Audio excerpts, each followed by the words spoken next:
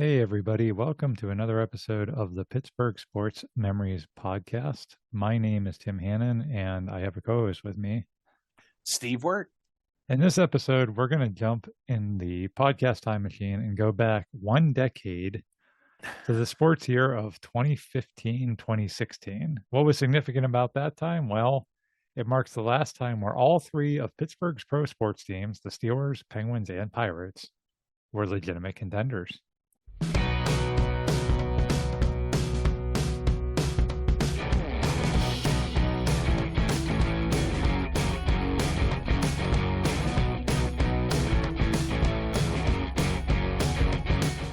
Yeah, that hasn't happened too often in Pittsburgh sports history, but yeah. Yeah, and Steve, uh, it's no secret that we've seen some more slimmer times lately from all three of those teams. Some, I'd say maybe some more than others. I think when you have like Hall of Fame players on at least two out of three of those teams, when you got Ben, I will eventually get in the Hall of Fame, and I think Sidney Crosby is pretty much a lock for the Hockey Hall of Fame. Yeah, you have two of the better players in each of those sports. You're going to have, you know, I mean, I don't think Andrew McCutcheon makes the Hall of Fame, but you never know. He's a borderline case. Yeah, when you have those players, not just even having those players, but having those players kind of at the apex of their careers, All at the same time. all at Yeah. the same time. Yeah. Yeah, so 2015, 16, that's what happens for all three of our sports teams. Them and their best players are all on the top of their games. And each of those three teams has some similarities. You'll see as we go through this. Mainly, they each lose one of their best players at the worst possible time. So we'll go through each of those seasons one at a time, starting with the Pirates. The Pirates enter the 2015 season sporting back to back playoff appearances. Wow, that still feels so strange to say Woo. that. Maybe they'll get back there, Tim. Oh, sure. I'm sure. I mean, we have such solid ownership. I can't imagine us not, righting the ship. The Pirates had posted the highest attendance in franchise history the previous season and had boasted the third best local television ratings in all of MLB. So they're riding pretty high, but the big question is, can they take the next step? The Pirates are led by, Steve already mentioned this guy, the 2013 National League MVP, Andrew McCutcheon. They have Pedro Alvarez, who had led the National League in home runs 2 years earlier. They have other really solid players like second baseman Neil Walker, Gold Glove outfielder Starling Marte. They have Garrett Cole and Francisco Liriano as dependable starting pitchers as well. Of course, just like any other season, there's a few lineup changes. The Pirates lose Russell Martin to Toronto in free agency. He's replaced by Francisco Cervelli.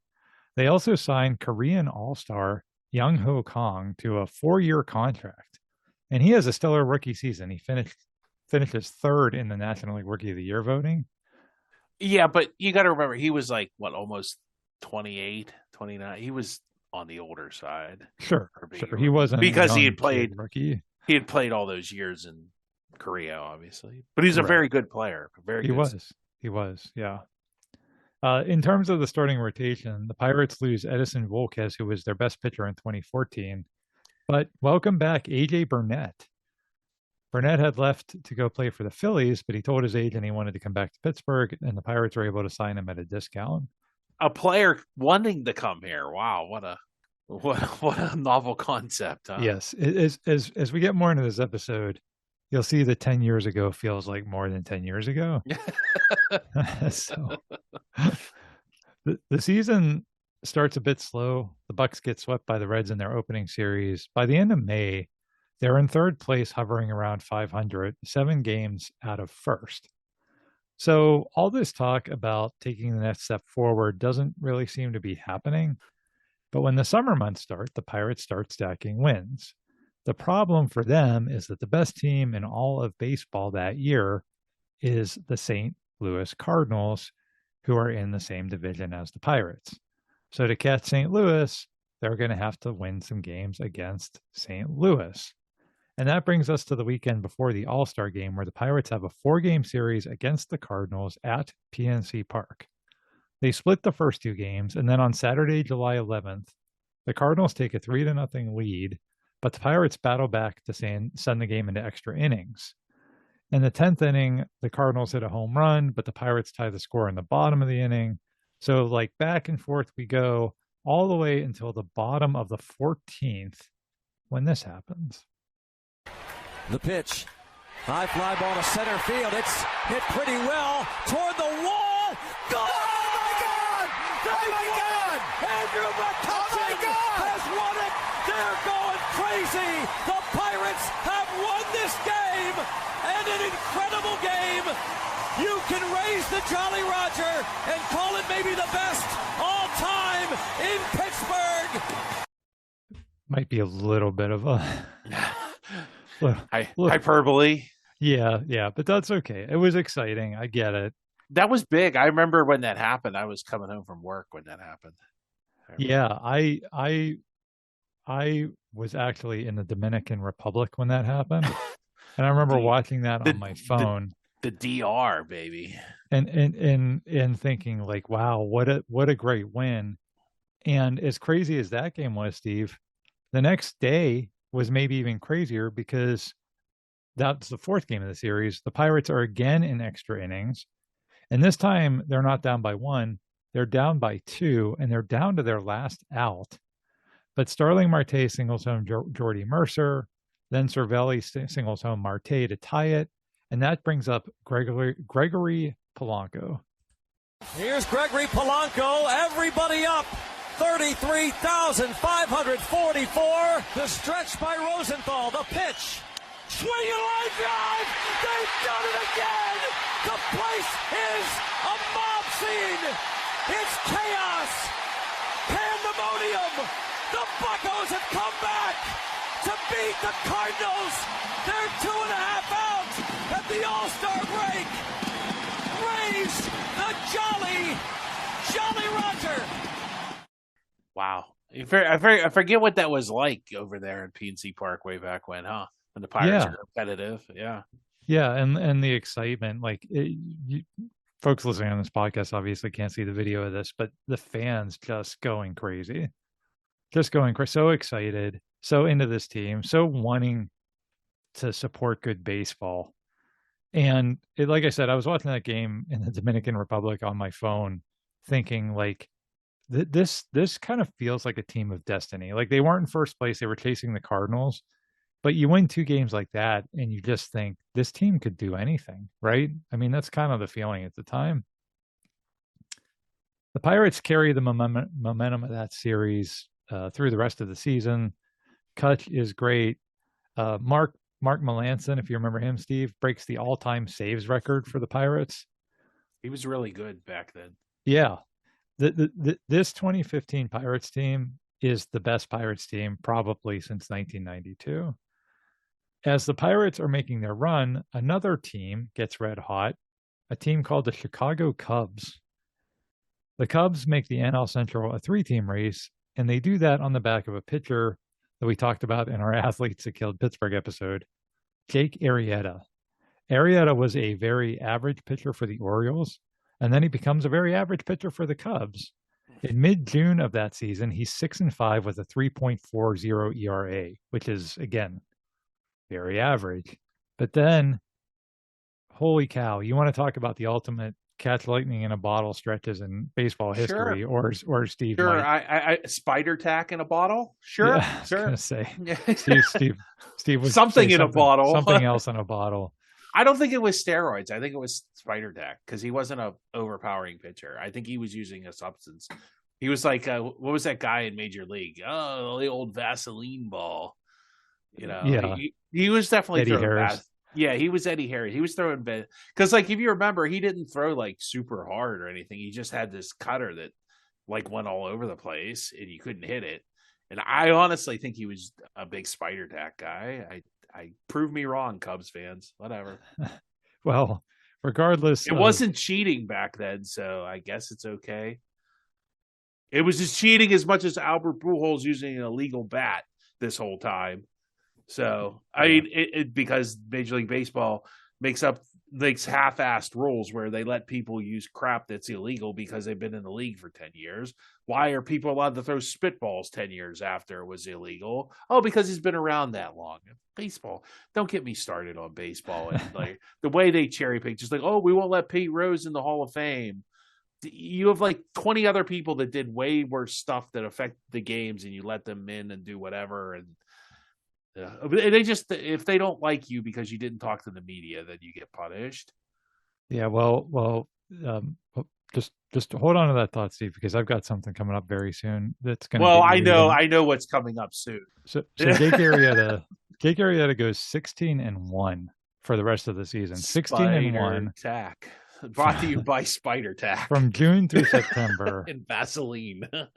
He throws a no-hitter, a 0.86 ERA. It's literally, and this is not hyperbole, this is like stat driven. It's the greatest pitching season since Bob Gibson in 1968. Yeah, because Bob Gibson and Jake Arrieta, they're right there. They're yeah. For several months in 2015, they absolutely were. I would have loved to see Jake Arrieta have to hit against Bob Gibson. Bob Gibson would have drilled him just for being there. That's also true. So the Cubs are pretty good, and okay. So I have to take a pause before I talk about what happens next, and just play this warning, mostly for Steve. I know this will get his blood boiling. The following content contains discussion of sensitive subjects that may be distressing or triggering for some individuals. If you find yourself wanting to hurt members of the Chicago Cubs while listening to this section, please seek the support of a paid professional. Okay. So in September, the Pirates and Cubs are playing each other at PNC Park. Cubs outfielder Chris Coughlin tries to slide into second base, but he doesn't slide into second base. He slides into Young Ho Kong. He's not sliding into second base, Tim. He's sliding into the second baseman. Right. Which apparently that's how you, tag the base. You slide into people. So this was something that happened. In a play that would even be legal in NFL football. Yeah. This is, so for years and years, if there was a chance at a double play, the strategy was, hey, try to get in the way of the second baseman or the shortstop, who's ever stepping on second, trying to throw to first to make the double play. And it makes sense if the guy standing on second, you're sliding into second, and you kind of try to slide into him or get in his way. In this case, Young Ho Kong is like 20 feet away from second base, and Chris Coughlin just targets him, and he tears his ACL. And that's it. Young Ho Kong's long lost for the season. This guy that was, a very integral part of the Pirates lineup, because the Cubs just decided to slide into him. Steve, your thoughts? I know you think very. I can't believe you're not going to play the clip. No, I'm not going to. That's why I played the warning, Steve. Because playing the clip would then send you through the roof. So I'm not going to play the clip. Well, because Steve Blass does say, if you watch the clip, he does say, well, that's kind of baseball. He doesn't blame the Cubs like in the moment. And I think the biggest thing with baseball and just the way they run it is this wasn't a problem. It was like, well, that's hard-nosed baseball. And then who was it for the Dodgers? Did it to the guy from the Mets? I forget the name of those players. It was Chase Utley. Yeah. He does it and to it the was guy Ruben Tejada for the Mets, yeah. Yeah. It does the exact same thing, and all of a sudden it's a problem. Gee, why? Huh. Interesting. Yeah. Interesting how that works. And I mean, personally, but once again, when you've crappy ownership that doesn't do anything and just puts up with it, this is what you get. And I mean, it really ends Chung Ho Kong's career. I mean, not that maybe he would have burned out anyway, because he did have some off the field issues. So maybe it wouldn't have worked out for him. But I always felt bad. It's kind of those what ifs in Pittsburgh sports history. What if, he gets out of the way, or he doesn't get hurt, or he just gets hurt a little bit and can come back for the playoffs? I don't know. Yeah. I don't think the Pirates even threw at anybody over this or anything. I don't know, Tim. Like you said, it was kind of baseball, and nobody outside But it of was so Pittsburgh. blatant. It was just so blatant too. That Yeah, was so like you and said. He yep. wasn't sliding towards the bag. Like if it was a close play at the bag, and maybe Gong's like a footstep or 2 footsteps off the bag, you're like, well, that's the way it goes. But he like you said, he was 10 to 15. He was, unless this guy was sliding into center field, there was no reason to be there. So.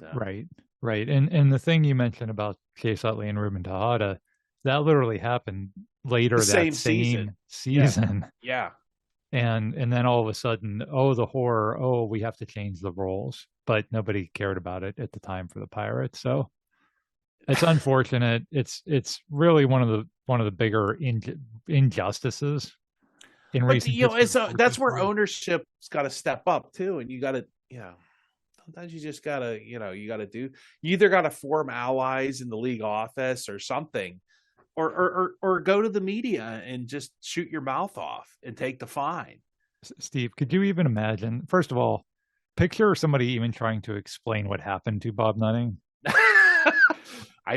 He's like, wait a minute, did somebody fall off the chairlift at Seven Springs? Yeah, right. I mean, I don't. Is Jung Ho Gong the operator there? Yeah, literally. Yeah, he for him to even grasp. So Chris fell off the chairlift onto Jung Ho. I mean, literally. So yeah, him going to the media or him making us think about it.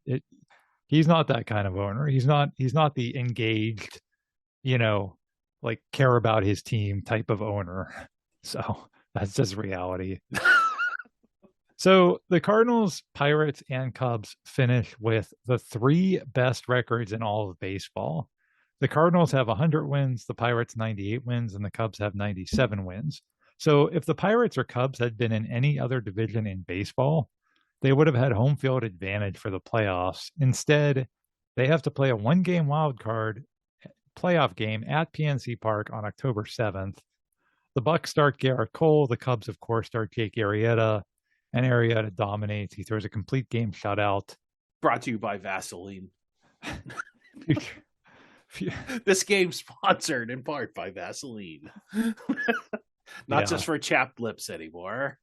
It in that wild card game, future Pirate. Oh, we were just so close to signing him. Kyle Schwarber has a 3-run home run because we were, Steve. We were going to totally sign that guy. And Chicago wins 4-0, ends the Pirate season as Sean Rodriguez takes out his frustration on the Gatorade cooler in the dugout. Yeah, they get Kyle Schwarber. We get Sean Rodriguez in a Gatorade cooler. I think they traded Sean Rodriguez for the Gatorade cooler. For the money to buy a new one. Maybe if Sean Rodriguez would have punched the Vaseline jar, we would have had a chance.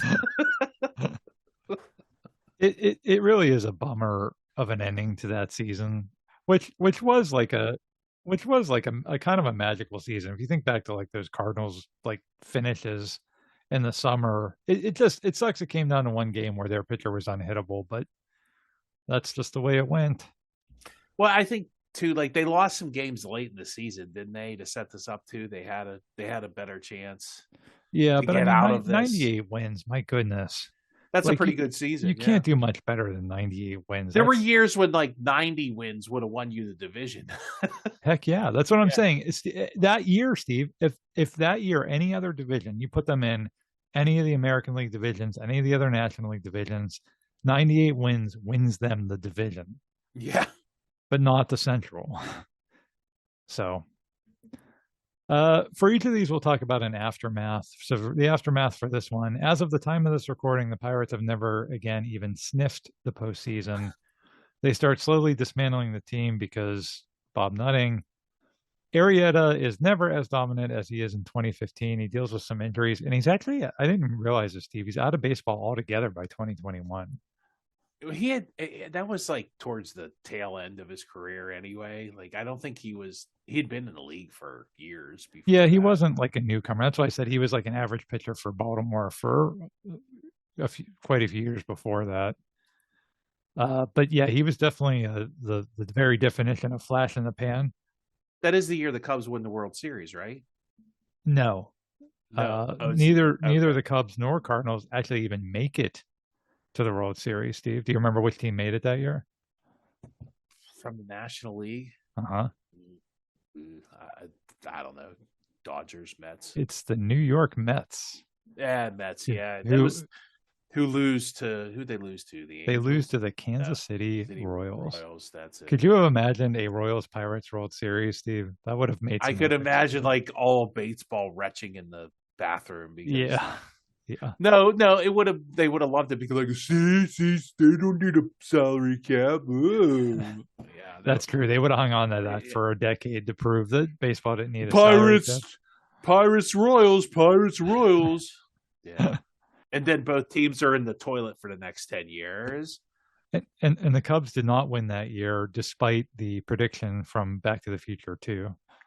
Well, did you notice that that was the year they were paying over slot? Remember that? The Pirates started doing that in the draft. They were paying over slot. And all the other small market teams started doing that, and they were competitive. And as soon as the Yankees and Dodgers closed that loophole, the Yankees, Red Sox, Dodgers, boy, look who went back to being not competitive again. Funny thing about that. Yes, that's true. So yeah, the Cubs don't win the World Series, but don't feel too bad for them because they do win it all the following year, thus ending their 108-year championship drought. Yay, Cubbies. Well, they're on a 10-year drought now, so 98 more years to go. I hope those Cubs fans are happy with the World Series because they're never going to see another one in their lifetime.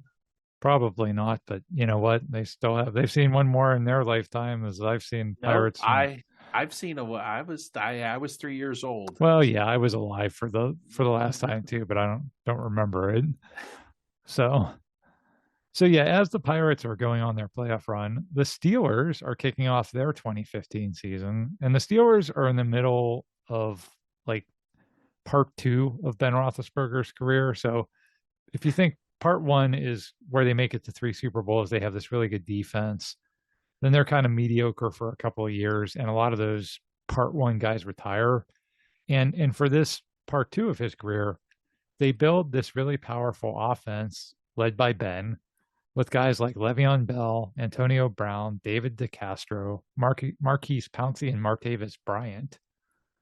Meanwhile, the defense is still kind of in transition. Longtime Steelers defensive coordinator Dick LeBeau had resigned before that season, and Ike Taylor, Brett Kiesel, and Troy Polamalu all retired before that season as well. So I don't think Dick LeBeau's anywhere else. Is that the end of his coaching career? I think he went to Tennessee after. I think you're right. Yeah, he may be 1 or 2 years. Yeah, and I don't know that he was like the defensive coordinator. I think he was like some other title. Don't quote me on that. I don't have that here, but I want to say he went to Tennessee. So at this point, the Steelers are kind of in unfamiliar territory as a franchise because for decades they've always been a defense first team, and here they are as one of the premier offenses in the NFL, stacked with a bunch of guys who were like high fantasy football draft picks, and that was very un-Steelers like, wasn't it, Steve? No, we love like high flying offense around here. That's what we're the greatest show on almost turf. Yeah.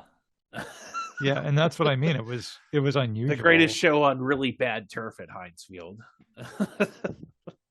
And that just wasn't the way that people were used to Steeler football, but that's okay. And it was fun to watch. The Steelers also court some controversy in the offseason when they signed quarterback Michael Vick. Vick, of course, had been convicted of running a dogfighting ring. He had served 2 years in prison for that.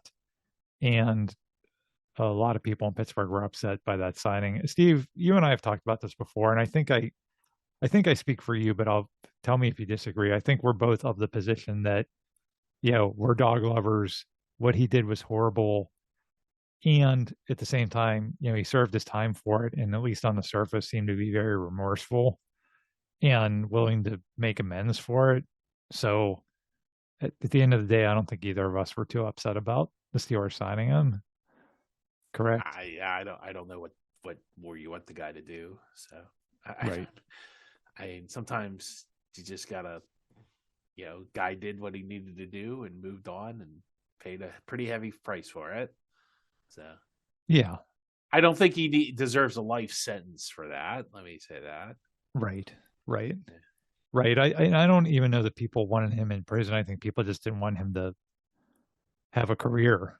Yeah. Well, I think he's coaching somewhere now, like a head coach of like a high school or I think something. he is too. Yeah. And I think some of that's worn off. Again, he's been a pretty good citizen since then. You don't hear. So maybe, it was a good, it wasn't the positive that came out of it was he's a better person. So yeah, which is, I mean, technically the point of prison is supposed to be rehabilitation. So I don't know. Again, you never know a person's real heart. Somebody could just be faking it, but I don't know. The uproar was, and like I said, Steve, you and I both love dogs. I get it. Like that was real bad.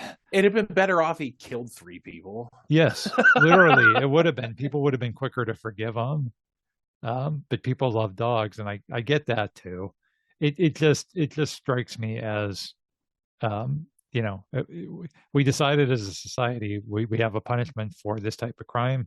He served that punishment. He seemed to be remorseful.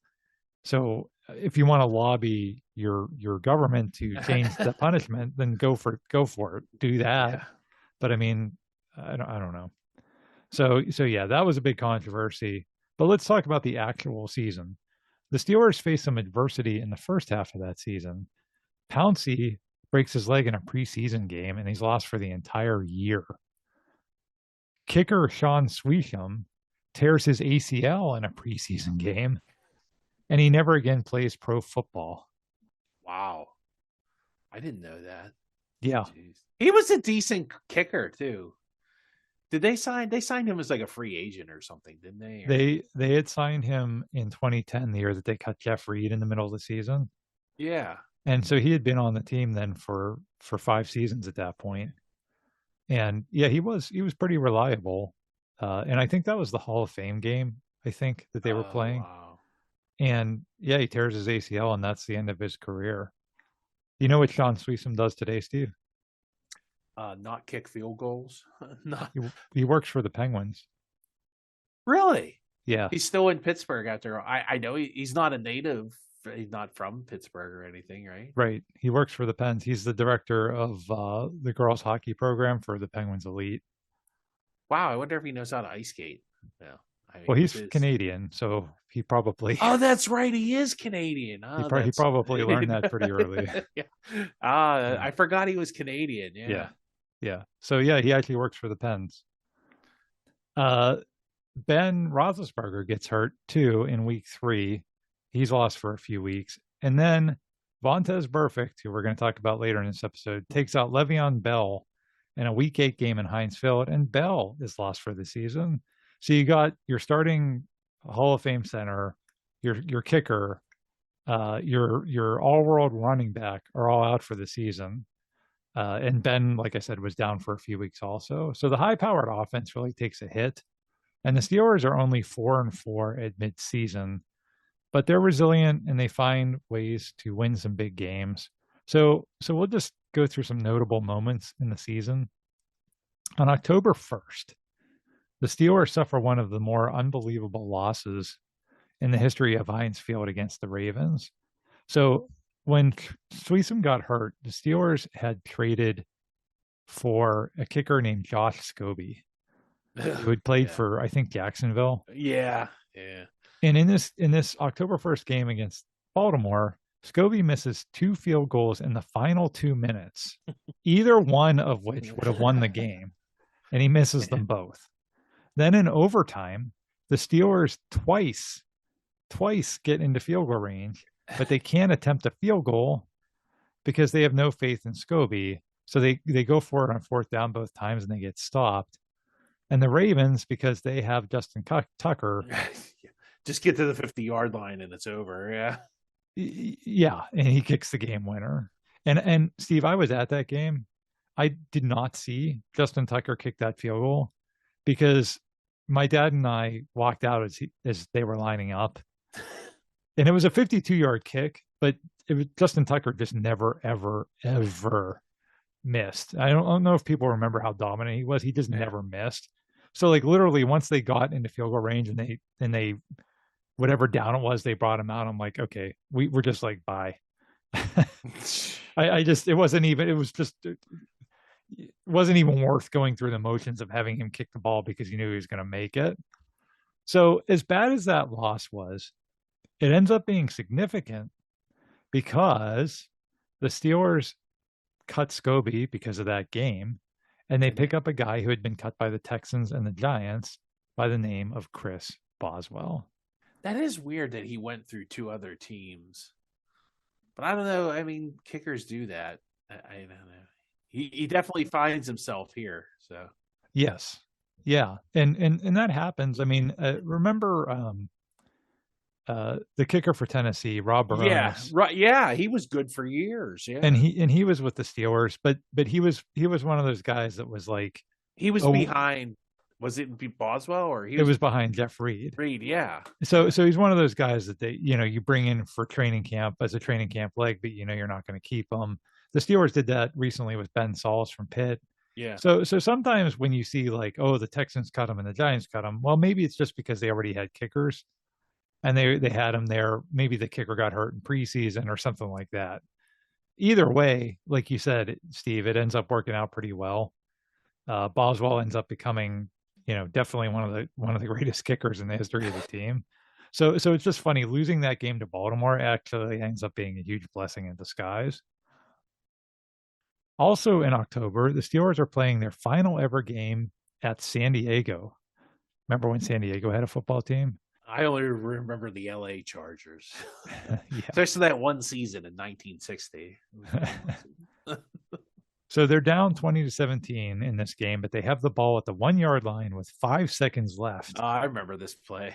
Yeah. So this is an interesting choice, right? You're down 3, 5 seconds to go. You could kick the field goal. A pretty easy field goal from the 1-yard line, send the game into overtime, or put all your chips in the middle of the table and go for the win with the risk that if you get stopped, then the Chargers win. So let's see what happens. Wildcat, Vic at the bottom of the screen. It's Bell. Bell seeking space. Bell trying to go over the top. He fights to the goal line. He's in for the touchdown at the gun. The Steelers win. Oh, that was the Michael Vick game. Yeah. Yeah, Michael Vick started that game. That was when, like we said, he didn't play very well. Ben had gotten hurt, so Vick had to come in the middle of the season, start a series of games. I think Landry Jones even started a game. And Le'Veon Bell, he got if again, you can't see this if you're listening. He got stopped on his first try, and his second effort he got in. So that was a big win. You forget how good he was. He was like kind of a glider. Like he wasn't like super fast, but when he hit the hole, he was through it pretty quick. And he had good instincts. He just fell off, like that stupid contract. Yeah. It's a shame. Another like what could have been, Steve. Well, he's a knucklehead. They just had too many knuckleheads on that team. They did. Yeah. They did. Speaking of knuckleheads, in week 9, the Steelers. What a segue. The Steelers are playing the Oakland Raiders at home. Man, all these teams from 10 years ago that don't exist anymore. And it turns into quite the shootout. The Oakland Raiders, yeah. It's 35-35, and the Steelers have the ball in the final minute of the game, but they're at their own 28-yard line, and they're facing third down. So let's see what happens in that game.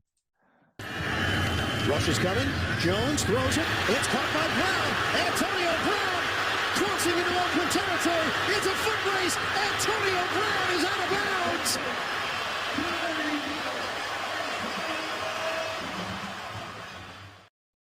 Good old Landry Jones. He wasn't bad for a while. He was a solid backup. He was. And that was Antonio Brown, like I said, speaking of knuckleheads, catching that pass. Setting up Chris Boswell for a chip shot game-winning field goal with 6 seconds left. So a bunch of like the Steelers really gutting out wins, finding ways to make big plays. But the real high water mark of the season comes in week 15 at home against the Denver Broncos. This actually kind of made the Broncos season. This is the reason. They won the Super Bowl. Yeah, well, in Yeah. Denver that year, like Steve alluded to about winning the Super Bowl, in Week 15, they're the best team in the AFC, and they have a defense. Really, that's what's powering them because they have Peyton Manning, but Peyton Manning at that But they point, weren't playing them; they were playing Brock Osweiler, right? Because Peyton Manning was kind of ineffective. Yeah. So they were the classic, all those teams from years past, the '85 Bears or the 2000 Ravens or I wouldn't say their defenses were that good, but the classic like game manager quarterback, really, really good defense. Well, that day, the Steelers offense shows how good they are. Ben throws for 380 yards. Antonio Brown has 189 yards receiving and 2 touchdowns, including the game winner with 3 minutes left as the Steelers prevail 34-27 over this impenetrable Did they Denver still have Broncos Bell defense. for this game? I think... No, Bell had gotten hurt by then. Oh, okay. All right. Yeah, but I think they had D'Angelo Williams, who we'll talk about later. He was played a pretty good season. Yeah.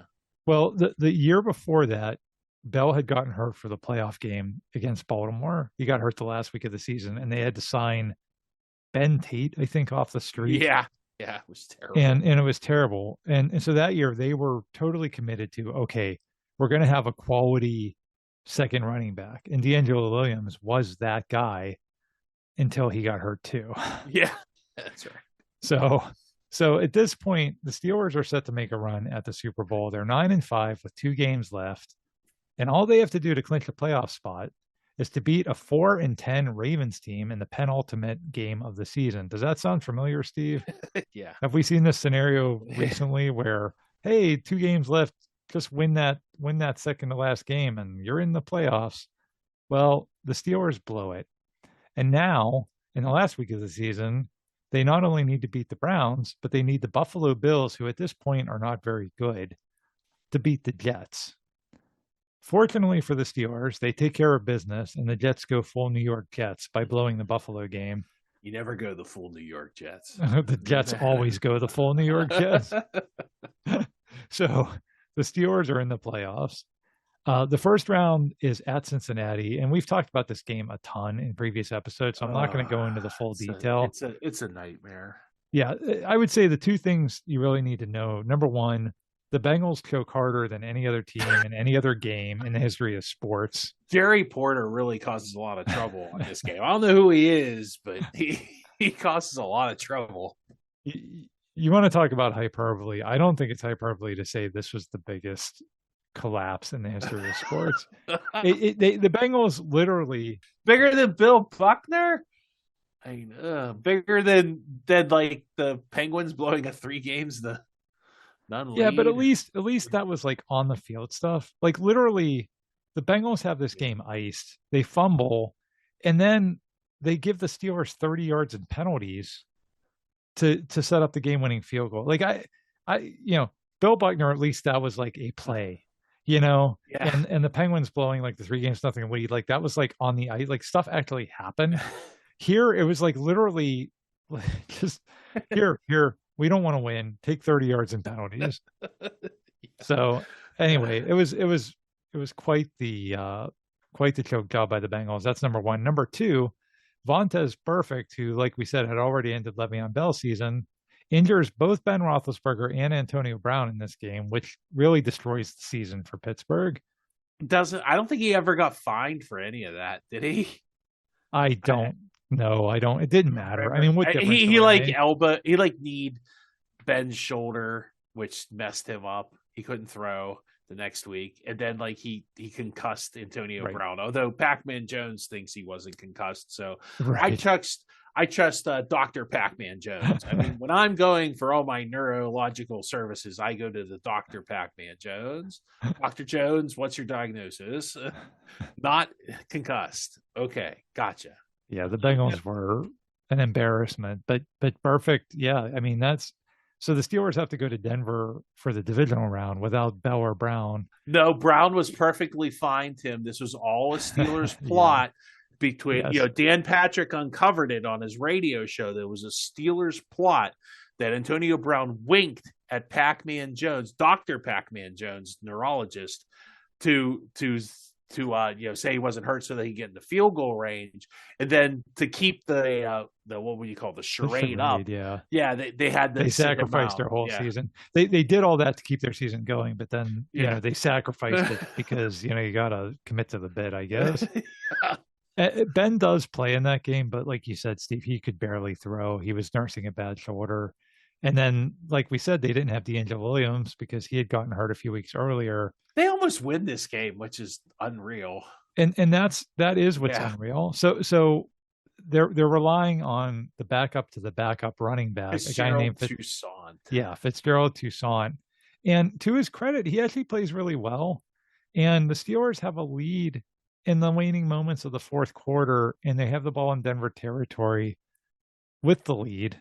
But Toussaint fumbles. Denver recovers. It was kind of got kicked. Do I remember it was like one of his own players or somebody kicked the ball? Somebody kicked it, yeah. Yeah. So it wasn't like he was just Jerome, not even Jerome got hit. He wasn't like just running down, the ball fell out or wasn't. Well, the ball, I thought the ball got kicked after it was on the ground. Regardless, he fumbles. I mean, it is what it is. Again, he was like a special teams player, probably at best. Right. Yeah. And that's what just stunk, because if you had Ben, Bell, and Brown for that game, then who knows what happens? If we almost beat them without those guys, or with 20% of Ben, just imagine if we have them. What? That wasn't the championship game. That was the divisional round. Yeah. So who would they have to play in the championship? The Patriots. Oh, well, that would have been a loss. But who knows? Again, you never know because it never happened. So the aftermath of the season, the Steelers are still really competitive with that group for the next 2 years. They even make it to an AFC championship game. Did you ever hear the story of the locker room after that game? Like the Denver game? Yeah, like the playoff Denver game. Like they said, players like Mike Tomlin apologized to the team, and like they said, everybody was just like so upset and distraught. And I don't know if it was Williams or one of the running backs. I want to say it was there. I said, Mike Tomlin said, "Oh, I should have done a better job," or we really, it's just really heartfelt stuff. So that's a shame. That was a really close knit team, and I guess maybe Brown and Bell really hadn't started their antics yet. So yeah. And that's what ends up happening is Bell and Brown self-destruct. Then Ben suffers that elbow injury. And really the team struggles for the next decade to get back to the heights where they once were. Vontaze Burfict is eventually blackballed by the NFL after teams determine he's just too reckless of a player. Again, like Young Ho Gong, like that whole incident, too little too late for the Pittsburgh team. Oh, well. Well, they didn't do anything about it until, remember Cam Newton was laying in the end zone. And he was like twisting his ankle, trying to like twist his foot off. That's when they finally did something but they let people take shots at Cam Newton more than anybody else. It's too bad the Bengals didn't play the Patriots more, because then Burfict would have been out of the league a lot quicker. He does that to Brady or Mahomes. I mean, that's game over for those. Yeah, or Peyton Manning. Like if he was in a division with one of those guys, it would have been a different story. I totally agree. The Broncos, like we said, do win the Super Bowl that year thanks to their defense shutting down a Carolina team who had only lost one game that season. They were red hot, but that defense was really good. It was, but man, again, it's such a big what if. Like if we just would have been healthy for that Denver game, does it turn out different? Maybe, maybe not. We'll never know. So that's the Steelers season. Last but not least, let's talk about the Penguins, because they're on a completely different trajectory than those other two teams coming into the 2015-16 season. The Steelers and Pirates had found success in previous years, and they were kind of both looking to take the next step. The Penguins, they're kind of a mess. Back in 2014, they had fired longtime GM Ray Shero and longtime head coach Dan Bylsma. Jim Rutherford was hired as the new GM, and he has a real rocky first season. He makes a terrible trade, dealing away the first-round pick for David Perron. And then he botches the salary cap limit near the end of the season, and the Penguins have to play with only 5 defensemen for their last couple of games. don't know if you remember that. Yeah. That was a whole debacle. Yeah.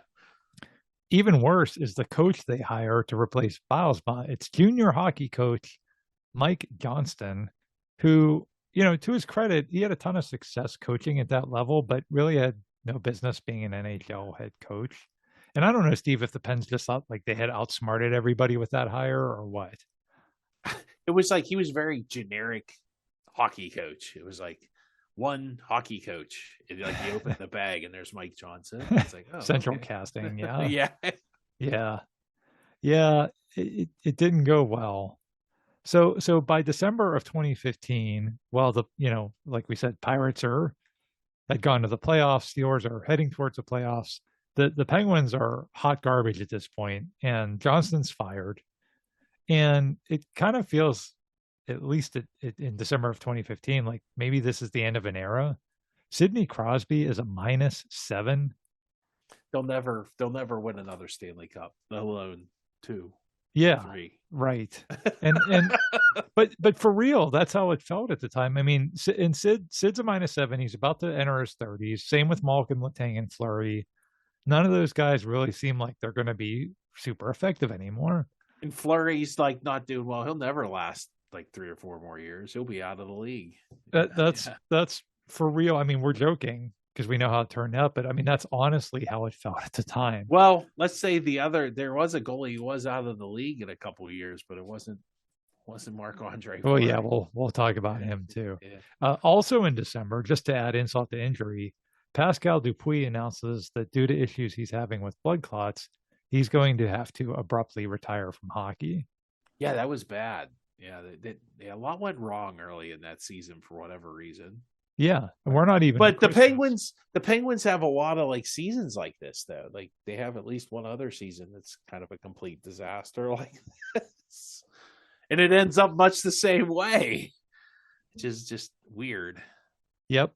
So you're right. Basically, things start coming together, sort of out of nowhere, but also Rutherford makes some deals. Some of these are in season, but some of them had been prior to the season, and it's starting to come together. So specifically, here's some of the key deals that he had made. Like I said, so a lot of these were before the season, but he trades James Neal to Nashville for Patrick Hornquist. That was actually a good deal. Yeah. He trades Brandon Suter to Vancouver for Nick Bonino, which doesn't seem like much of anything at the time. Right. But Sutter had been like mediocre. He wasn't bad, but I don't know. At the time, it just felt Rutherford's just dealing the deal. That's why I felt like that. I swear he has like ADHD or something. well, Suter, they brought him in when they Jordan Staal. Yes. Yeah. And so the Penguins were, one of their like core principles as a hockey team is we need to be able to roll 3 lines. Well, they like to have 3 centers and a goalie. That they like to build their team down the middle. Exactly. And when they had Jordan Staal, it was Sid, Malkin, Jordan Staal. Yeah. And so when Jordan Staal left, it's like, okay, Brandon Suter will be the new guy, and he just never was. And so they got Nick Bonino to be that guy. But like you said, right, that was kind of the thought at the time. But it's kind of that way during the whole season until later in the spring. Yep. Yeah, here, I'll let you tell the story. Yep. Yeah. Some other moves. Rutherford trades Rob Scuderi to Chicago for Trevor Daley. Rob Scuderi, no, not Rob. Well, and that was Rob Scuderi's second stint with the Penguins, and he had a real good first stint. In fact, he was highly integral to that 2009 Stanley Cup run. Yeah. But he had gone to the Kings, I think. And then they had brought him back for a second stint, and he wasn't good. Letang really hated partnering with him. It just did not work well. So they traded him for Trevor Daley. That works out very well. Rutherford trades a 3rd-round pick to Edmonton for Justin Schultz. He trades David Perron, who, like we said, was a bust, and Adam Clendenning to Anaheim for Carl Hagelin. Oh, my God. What a steal. What an absolute steal. I thought that guy was good when he played for the Rangers. Well, as I was just going to say, the year before this, our season ended on a 'cause of Carl Hagelin goal. Yeah. In overtime. But he's kind of like a one-trick pony kind of player. Like he's just speed. He's all speed. Apparently Anaheim thought so because they traded him for David Prawn and Adam Clendenning. Yeah. Rutherford also signs veteran Matt Cullen, who has a lot left in the tank, actually. And the one move that, like the Big Lebowski's rug, really ties the room together. Rutherford trades a handful of players and draft picks to Toronto for a guy named Phil Kessel. Yeah, that was that ends up being the reason we win him and Nick Bonino and Carl Hagelin. Yeah. So the line, the HBK line. Yep. So the Penguins, the other thing they do is they promote minor league coach Mike Sullivan to be their new head coach. And all of a sudden, they're contenders again. Malkin and Letang both make the All-Star game. Crosby outscores all NHL players from December 12th through the end of the season. Remember, he was a -7 on December 12th, and he ends up outscoring everybody. He's a finalist for the Hart Trophy. Fleury posts an impressive 35 wins in 58 games played. Sullivan creates, like Steve said, that third line consisting of Hagelin, Bonino, and Kessel. He doesn't do it intentionally. It was because Malkin got hurt. Yep. Yeah. And it gels very quickly, though, doesn't it? Yeah. Well, I think too, when you're playing, like when they're the third line in, that's a first line on a lot of other teams. Yes. Yeah. Yep. And that's like we said, the Penguins, like having that core principle of being three centers deep and having three lines that you constantly, like you have no break, right? Yeah. You're like, oh, good, they have the third line out. We can just put our not good defensemen. Yeah. Because most teams like will have like a pair of defensemen that are pretty good, but you won't have like three or two or three pair of Correct. Yeah. Correct. Sullivan also gets a ton out of his guys that he had in Wilkes-Barre, especially Brian Rust and Connor Sherry. The immortal Connor Sherry. The Pens make the playoffs, but just like the Pirates and just like the Steelers, they suffer a major injury down the stretch, and it's their goaltender.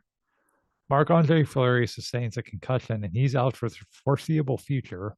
So the Penguins are going into the postseason with a scrawny 22-year-old kid named Matt Murray as their goalie. Well, Murray and even his backup, Jeff Zatkoff, helped the Penguins knock out the Rangers in round one. Because, Murray gets hurt the last game of the season, doesn't he? Yes. He gets a concussion. Was that the Flyers who did that? I think it was. Yeah. Yeah. Because they start Jeff Zatkoff like a couple of games. They do. They do. But he wins. I think he won the first game and lost the second one, but then Murray comes back. Yeah. It was like, okay, you just kept us afloat long enough to get a real goalie. Yeah.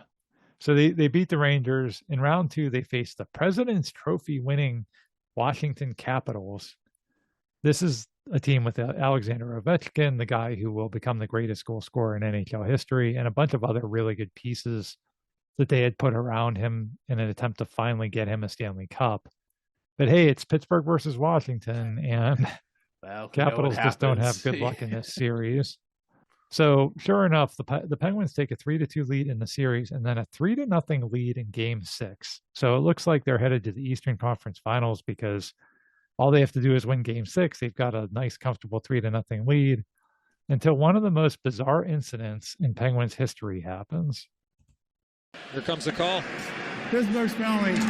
Minor penalty, layup game. 3 in a row. I've never seen it. In a matter of how many minutes, Doc? 3 minutes? 4 minutes? So some context here, okay? They keep shooting the puck over the... Yeah. So let's back up a little bit. When the NHL came back from that 2005 strike, they made a bunch of rule changes. One of those changes sought to address what happens when, like Steve said, someone shoots the puck over the boards from their own end of the ice, not from anywhere. Because teams would like get in trouble in their own end, and that's what they would do. They would just, instead of like gaining the red line, they would just shoot the puck into the seats and be like, okay, we can make a line change now. Correct. Because you can't, if you shot it down to the other end of the ice, then it's icing. It would be icing. And they had a rule. I don't. Were you allowed to change on icings back then? Because they changed that too. You were, but you could at least change. But I think now you can't change on an icing either, can you? You can't. But even that's risky because you have to shoot it like past everybody to get it to the other end of the ice. But boy, Steve, if you can just shoot it into the crowd, oops, I shot it into the crowd. And the way this rule had worked is that it was a judgment call. So if the ref determines that, oh, you did that on purpose, like they were pressing, the other team was pressing, you were just looking for a quick way to, like you said, slow them down, then the referee could call a 2-minute delay of game penalty. But if he determined like, oops, you didn't mean to do that.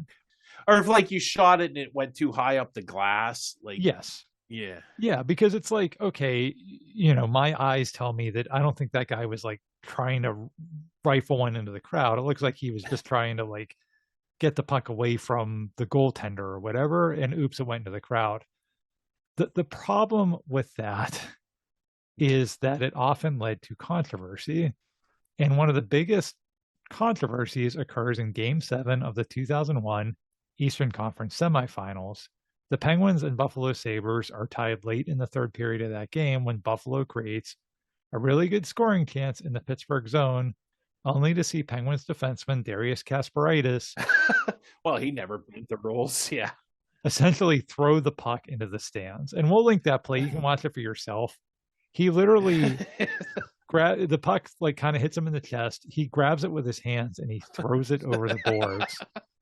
And much to the chagrin of the Buffalo fans, no penalty is called. And then to really rub it in, Kasparaitis ends up getting the game-winning goal in overtime. I forgot about him throwing the puck in the stands in Buffalo. Yeah. So by 2005, the NHL decides having its refs determine a player's motivation for shooting the puck into the crowd or throwing the puck into the crowd in this case was probably asking like a little too much of the ref. And they decided to just make it an automatic 2-minute penalty regardless of intent. And honestly, this kind of follows what other leagues were doing too. Remember the NFL, Steve, used to have like the 5-yard I didn't mean to do it face mask versus like the 15-yard face mask. Yeah. And they just made them all 15 yards because, again, they were like, gosh, that's asking a lot of our refs. Yeah. Well, like you go up and ask the player, did you mean to do that? Right. Were No, you trying to take his helmet off? Yes, I was. Or did your finger just kind of get stuck? And yeah, you mentioned like a player being, yes, I was. I want that whole 15 yards. I'd do it again. Vontaze Perfect would have. Yeah. Vontaze Perfect would have been like, I just was trying to make sure he was dead. I really wanted to check out his helmet. It looked really cool. You got to finish the kill. You can't leave any signs of life. Oh my god. So I get it. Now again, the problem with that is like in the face mask case, sometimes the guy's finger just gets caught, right? It's not meant to be a face mask, but now it's an automatic 15 yards. And in this game with this role, with the shooting the puck into the crowd here in the 2016 playoffs, the Penguins take not one, not two, but 3 delay of game penalties in succession. And it wasn't anybody's fault. Like no one was pulling a Kasparaitis. All 3 were accidental. It was just them trying to get, trying to get the puck out of danger. And I really think it was accidental. And the refs didn't do anything wrong either. That was, again, it was an automatic call. It didn't matter if they were trying to do it or not. It's an automatic penalty. And that creates a succession of 5-on-3 power plays, and Washington's able to use that to send the game into overtime. And to me, this was always the most critical point of that entire season, because this is where the season could have been lost for the Penguins, right? Like you're cruising towards a playoff victory, a playoff clinching victory, and some really, really bad luck happens. And now you're in overtime, and you could really just throw in the towel there mentally. But instead, this happens. Hagelin gets to it, goes around near corner to Kessel in the slot. 30 shot by Hagelin. It goes off a body and in. It's over.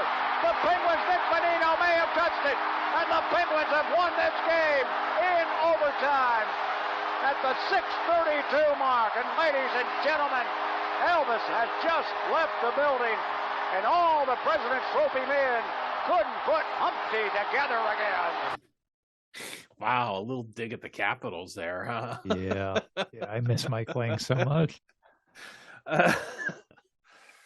So the Penguins then play a wild 7-game conference final against the Lightning, where Fleury actually comes back, but then gets pulled again for Murray. In Game 7 of that series, a young Brian Rust is the unlikely hero with 2 goals to send the Penguins to the Stanley Cup Finals against the San Jose Sharks. And in Game 6 of that series, 4 seconds ago, the Penguins have jumped over the boards. It's over. The 2016 Stanley Cup champions, the Pittsburgh Penguins. For these players, something that they will never, ever forget. And the bond between them all is something that you have to experience to really understand how this will carry the rest of their lives. They should do it again the next year, Tim. Well, let's talk about the aftermath. Yeah. The Penguins do win it all again the next year. They then make it to the second round of the playoffs in 2018 before finally losing to the Capitals, who get Ovechkin that elusive Stanley Cup. As of the time of this recording, they have yet to win a playoff series since. Yeah.